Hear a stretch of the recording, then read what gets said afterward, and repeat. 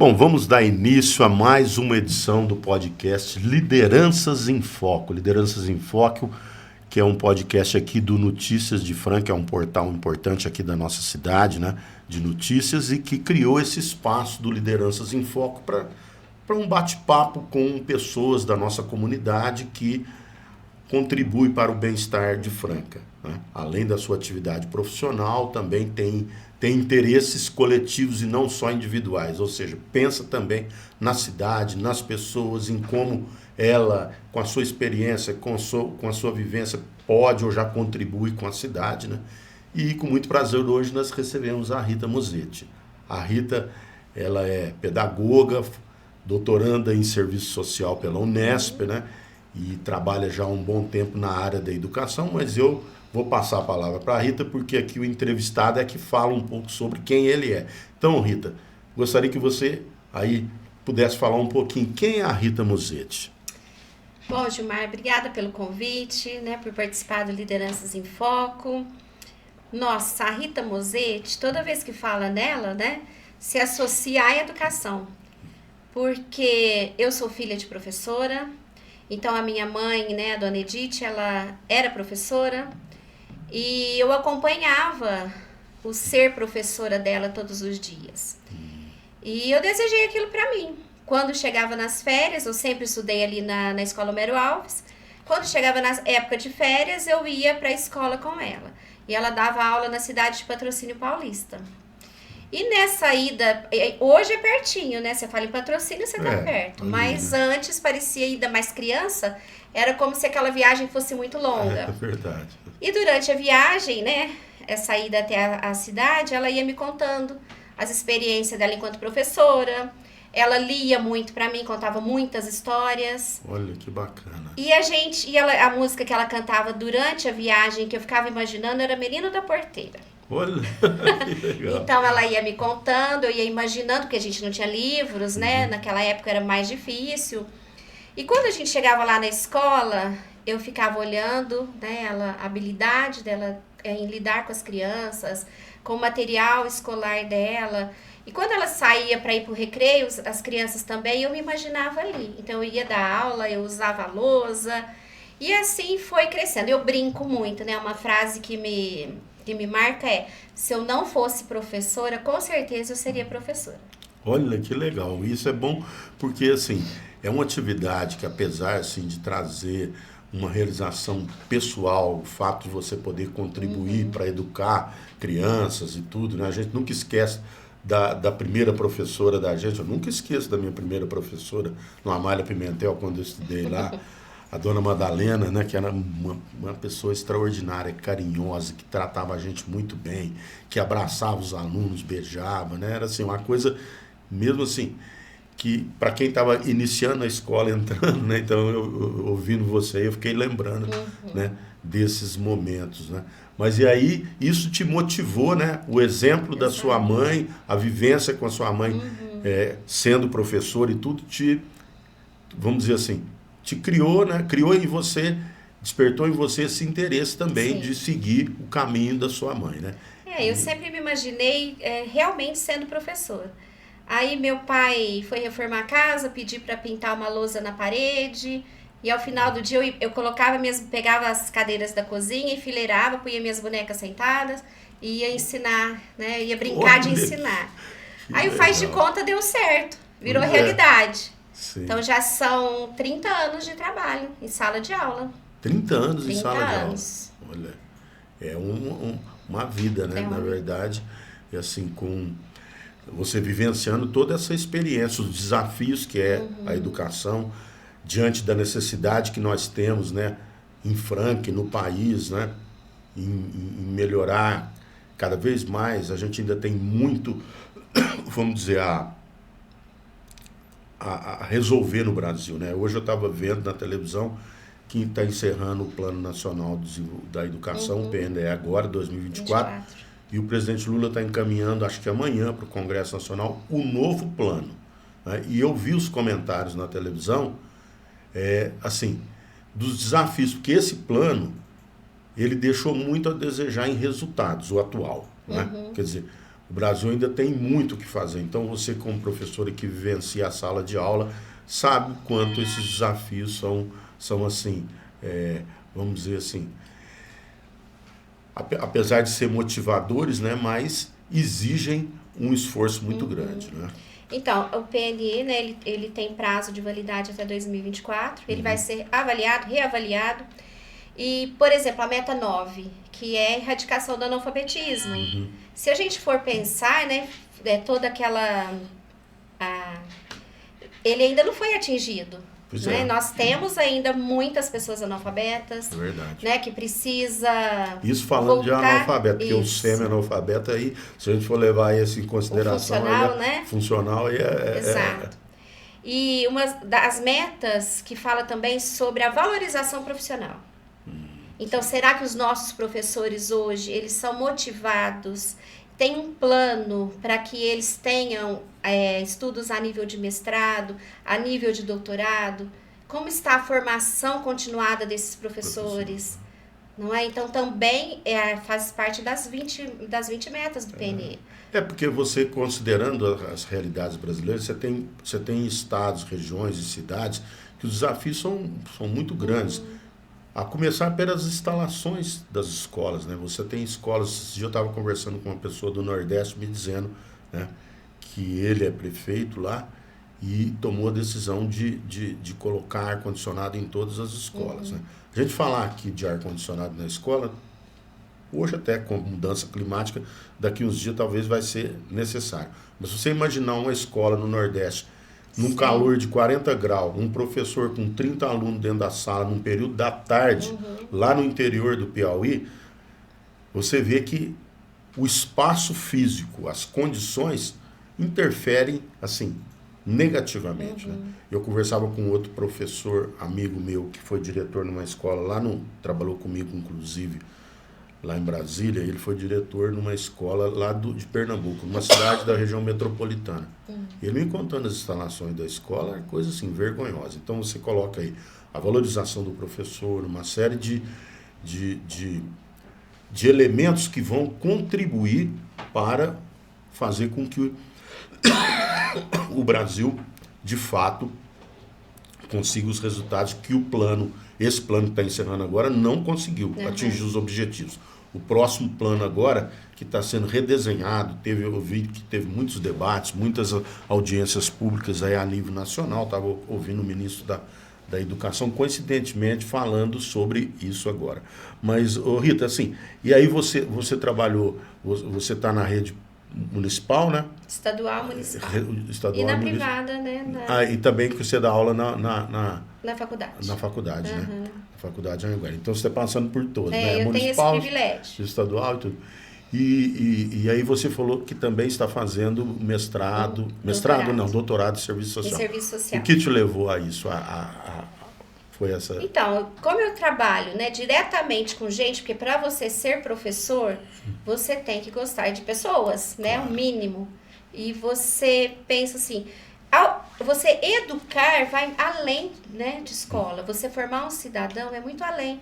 Você precisa da escola, a educação é transformadora, mas existem outras coisas também. Claro. E quando você está falando essa questão, né, do plano, do que levou, né, que eu fosse fazer o doutorado, foi exatamente isso, pensar nas questões sociais. Claro. Me veio agora Paulo Freire. O que Paulo Freire mais fazia? Ele trazia a pessoa à sua consciência de realidade. Então, quem sou eu? Onde que eu vivo? Como vivem as pessoas ao meu redor? E a partir daí, dessa consciência, ele fazia com que as pessoas fossem cidadãos, tivessem participação. E fazer o serviço social, para mim, é pensar numa educação junto com o social, né? Você não pode pensar a educação sozinha.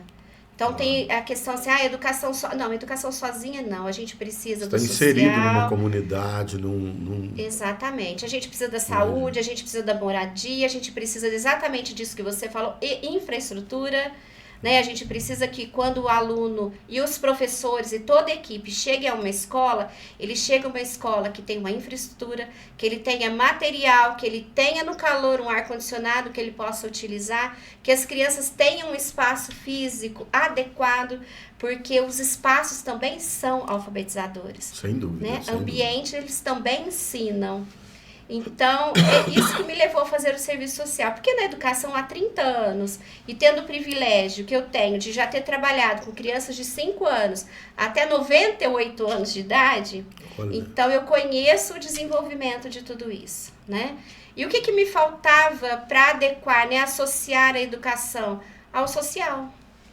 Né? Porque você pensa em educação, você pensa no bem-estar das pessoas, você pensa em coletividade. Porque a partir do momento que você se transforma, né? Primeiro, você olha para você, você se transforma, você é capaz de transformar a comunidade que você vive. Por isso que eu optei pelo doutorado em serviço social. Não é muito, porque toda essa riqueza da convivência sua na sala de aula, eu acredito que você deve ter passado por várias escolas também, né?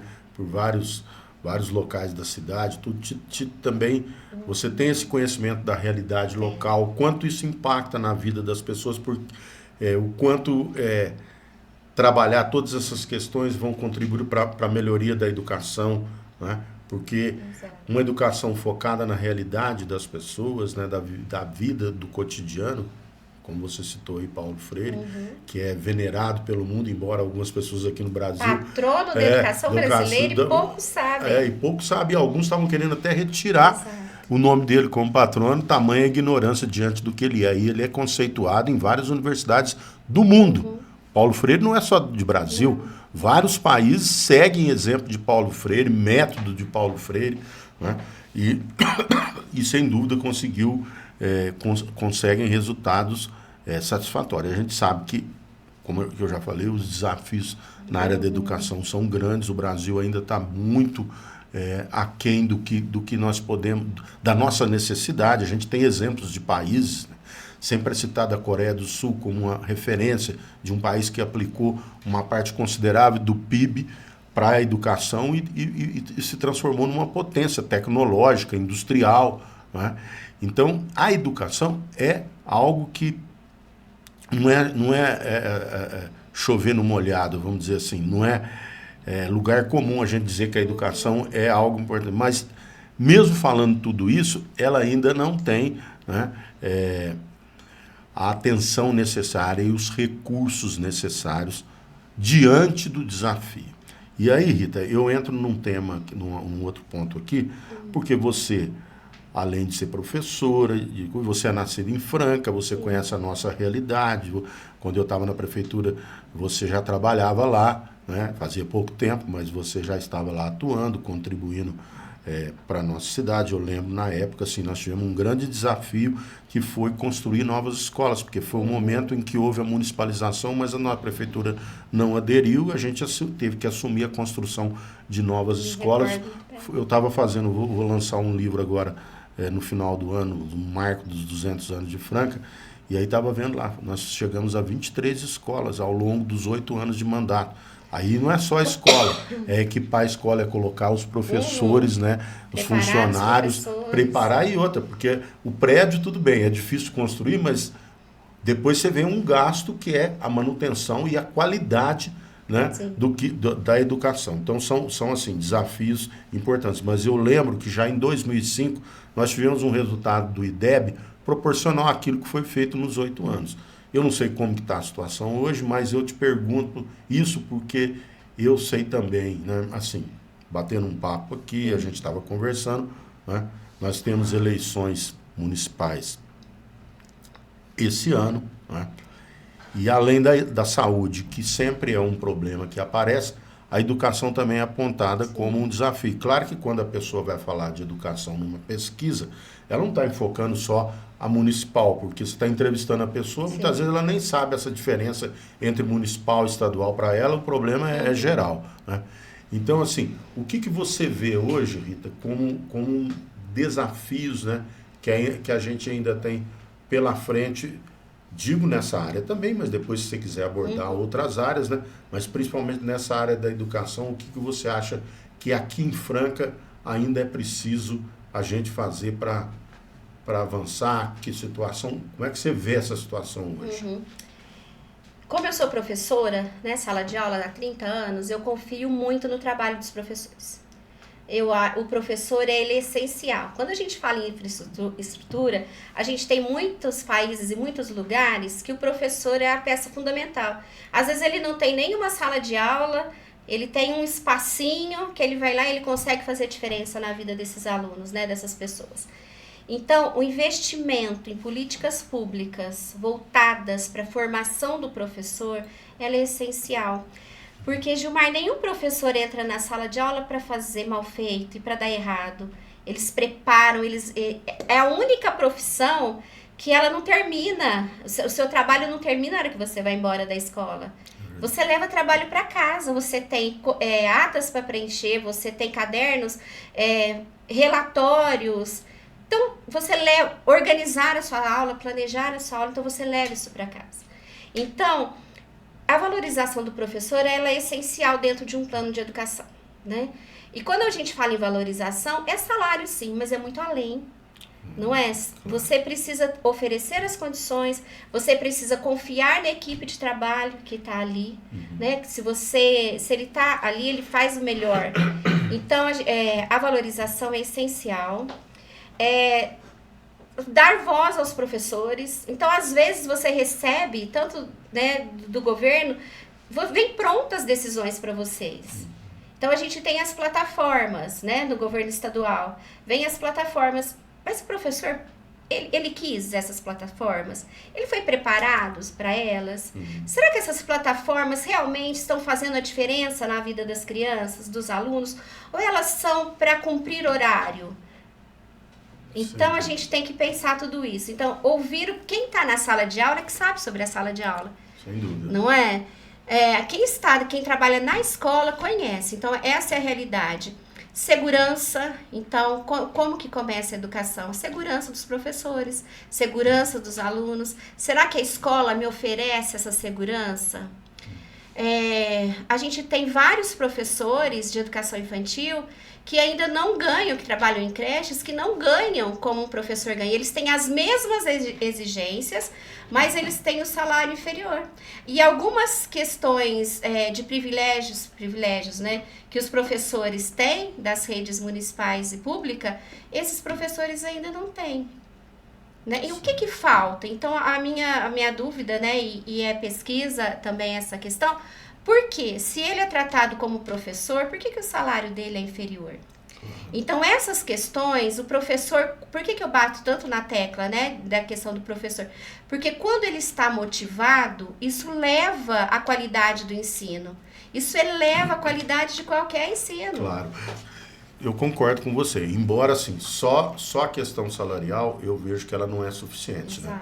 Você pode pagar um bom salário, mas se a pessoa não tiver capacitada também, você vai colocar um recurso ali e ele não vai se tornar realidade lá na ponta pela falta de condições materiais e de capacidade técnica, né? Então, eu acho que você enfoca todas essas questões. Quando você está falando em valorizar o professor, não é só em termos salariais, é também em condições de trabalho, em capacidade, porque isso é matemática, claro. Se você investiu nisso, dificilmente um ou outro pode ter problema, mas é uma situação especial de uma pessoa ali que pode estar tendo um outro tipo de problema, ou que não gosta do que está fazendo, então não tem motivação. Mas uma pessoa igual a você, que desde criança sonhava com isso, quer dizer, você sente prazer em fazer aquilo. E quanto mais condições você tiver, com certeza o resultado aparece, né?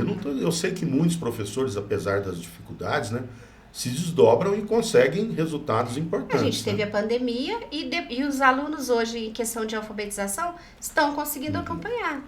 E a gente achava que não, que ia demorar esse processo, mas quem foi que levou tudo isso à frente? O grupo docente da escola. Hoje você vê até uma questão que eu não tinha nunca perguntado para alguém. Quer dizer, você passou o período da pandemia com aquele período das crianças fora da sala de aula. Hoje você avalia assim que esse prazo agora que a gente já tem há 2 anos, né, que encerrou a pandemia, conseguiu essa recuperação? O impacto foi muito grande. As pesquisas indicavam que o impacto seria muito grande. A gente levaria 10 anos para, né, recompor as aprendizagens, mas o trabalho que se realiza na sala de aula, o professor, ele conhece o perfil dos alunos, então ele planeja as aulas diante daquele perfil. Então, o impacto foi grande, sim. A gente ainda sente, né, algumas questões aí. Mas teve avanços que a gente pensou que fosse demorar muito para isso acontecer. E aí eu acho que a tecnologia pode ter ajudado a cumprir algum papel nesse sentido. Né? Mas, Rita, eu queria abordar também um outro tema aqui, que a gente já está indo para a parte final aqui da nossa entrevista. Franca completa 200 anos agora em novembro.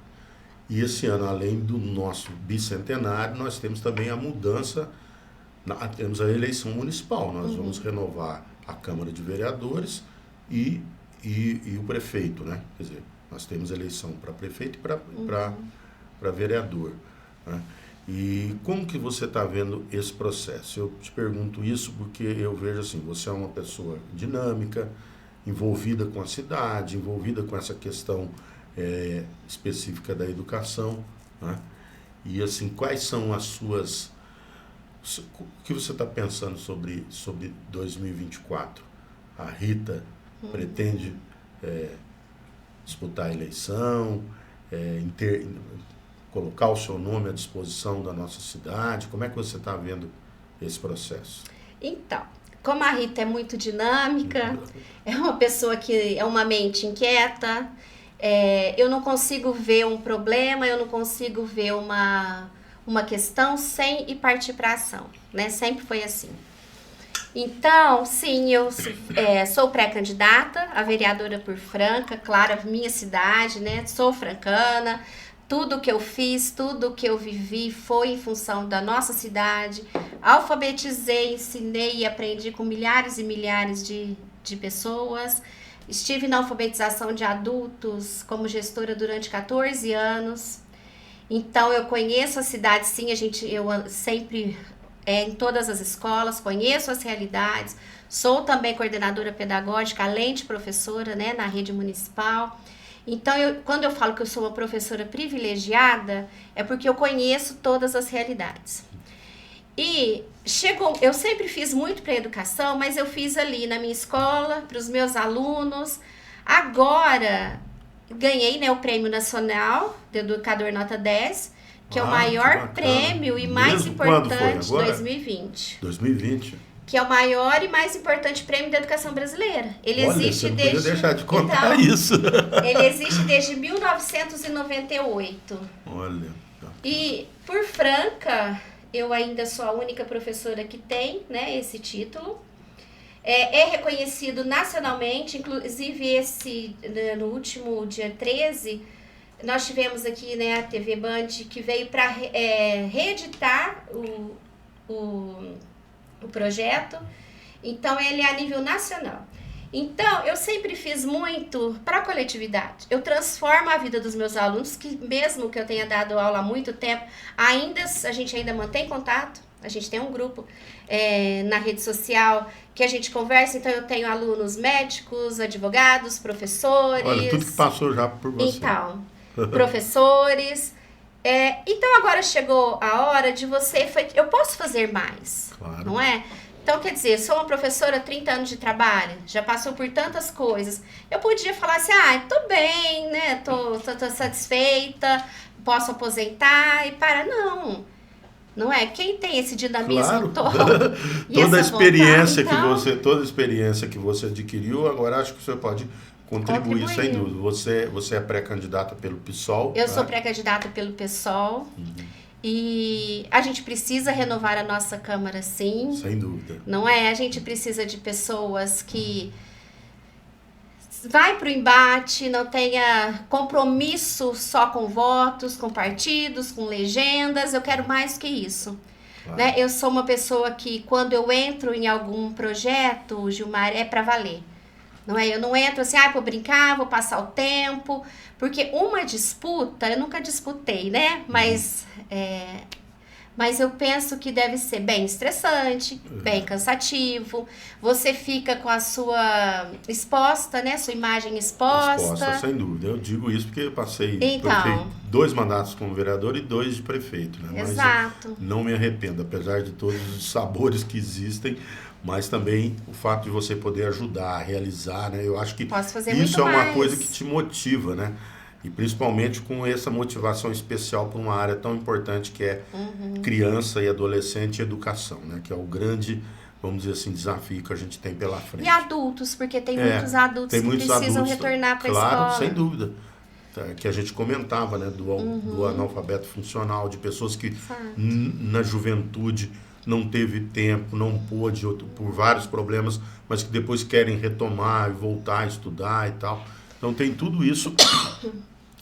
E aí eu acho que você está em um partido, pessoal, que é um partido que tem, assim, tem um debate interessante para toda essa temática, né? Um partido que tem uma preocupação com as questões sociais e também a juventude presente. Tudo isso contribui.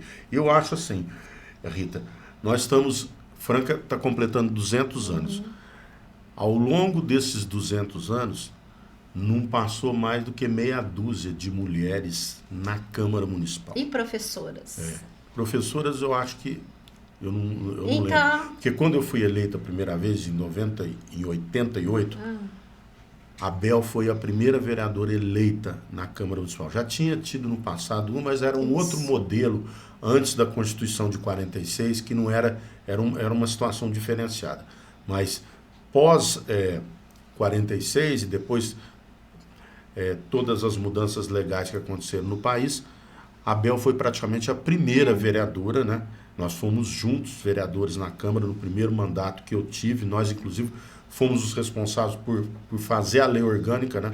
Porque antes não existia a lei orgânica, porque os municípios não eram entes federados. Com a Constituição de 88, os municípios passaram a ser entes federados, e aí cada cidade tinha que ter a sua lei. E a gente debateu tudo, eu e a Bel e mais outros vereadores, o Theo Maia, ajudou bastante, que nós éramos vereadores juntos, e o Hélio Rodrigues, nós juntamos um grupo ali que pegou no chifre do boi para poder, né, fazer uma lei municipal, a primeira. Né? Mas eu falei isso, Rita, porque assim, nós temos, a maioria dos eleitores em Franca são mulheres. São mulheres. Né? Então eu acho que vocês, candidatas, devem explorar isso, né? Porque você tem hoje 2 mulheres na Câmara Municipal para 15 vereadores, né? Teria que ter pelo menos a metade de mulheres, né? Porque se as mulheres são a maioria, então vocês têm um grande desafio, além de toda a questão específica da mulher. Nós estamos falando aqui de educação, mas tem outros. Se a gente for entrar pela área da saúde, nós vamos encontrar vários desafios, né? Que a mulher tem dupla jornada, ela tem que trabalhar, tem que cuidar dos filhos, ela tem toda... e ainda sofre com as agressões, né? Eu estava vendo hoje uma notícia, o delegado comentando assim, o número de feminicídios aqui em Franca, uma mulher que foi assassinada nesse final de semana agora, e o marido tentou suicídio também, né? Que são situações dramáticas, que falta orientação, falta uma série de políticas públicas, né? Que podem contribuir para a redução desse impacto. Né? A mulher realmente, né, ela está numa condição, embora ela tenha, né, conquistado o seu lugar no seu lugar no mercado, no mundo do trabalho, mas ainda falta muita coisa. Então a gente tem que pensar assim, ó, eu quero uma Câmara Municipal com uma mulher, com mais mulheres, né? E quero uma Câmara Municipal com professora também. Claro. Sabe por quê? Militar vota em militar, médico vota em médico, professor tem que votar em professor. Pois é. Porque aí quando tem as pautas, né, de reivindicações, o professor procura quem? O militar? Pois é. Procura quem? O médico? Ele tem que procurar o professor. Pois é, você tem toda a razão. Não é? E quantos professores e professoras que nós temos em Franca daria para eleger, não só você, mas outras. Outras, né? Também. Então eu acho que esse seu discurso que você está construindo aí, que é, vamos dizer assim, a narrativa da sua candidatura, você está correta. Eu acho que trabalhar esses pontos aí vai te ajudar. Eu não tenho dúvidas. Eu te deixo... Nossa, já avançamos bastante, porque o papo fica gostoso. Fica um pouco mais tranquilo. Mas, viu, Rita, eu quero agradecer, né, a sua presença aqui no Lideranças em Foco. Nós agradecemos aqui em nome do Notícias de Franca a sua participação e esperamos que esse nosso bate-papo também contribua para você divulgar aí para suas redes, seus contatos, né? Porque aqui, quem não te conhece, ouvindo esse podcast, vai conhecer um pouco e saber que é uma professora premiada. Sim, premiada. A primeira da história de Franca. É um prêmio nacional, né? Prêmio nacional. Eu concorri com 3.700 trabalhos. Quero te dar os parabéns. Obrigada. Viu? E torcemos pelo seu sucesso. Muito obrigado. Obrigada, Gilmar. Eu que agradeço o espaço. Quero muito, né, que as pessoas me conheçam. Quero muito, né, como pré-candidata, pedir para que vocês, nas redes sociais, pesquisem um pouco mais sobre a minha vida. Quem sou eu? Quem me conhece sabe que eu estou entrando nessa pré-candidatura para valer, é sério. Olha, que bacana. Tá? E vamos eleger mulheres professoras dentro da Câmara Municipal para fazer a diferença. Quero te ver lá. Com certeza. Muito obrigado. Obrigada, eu.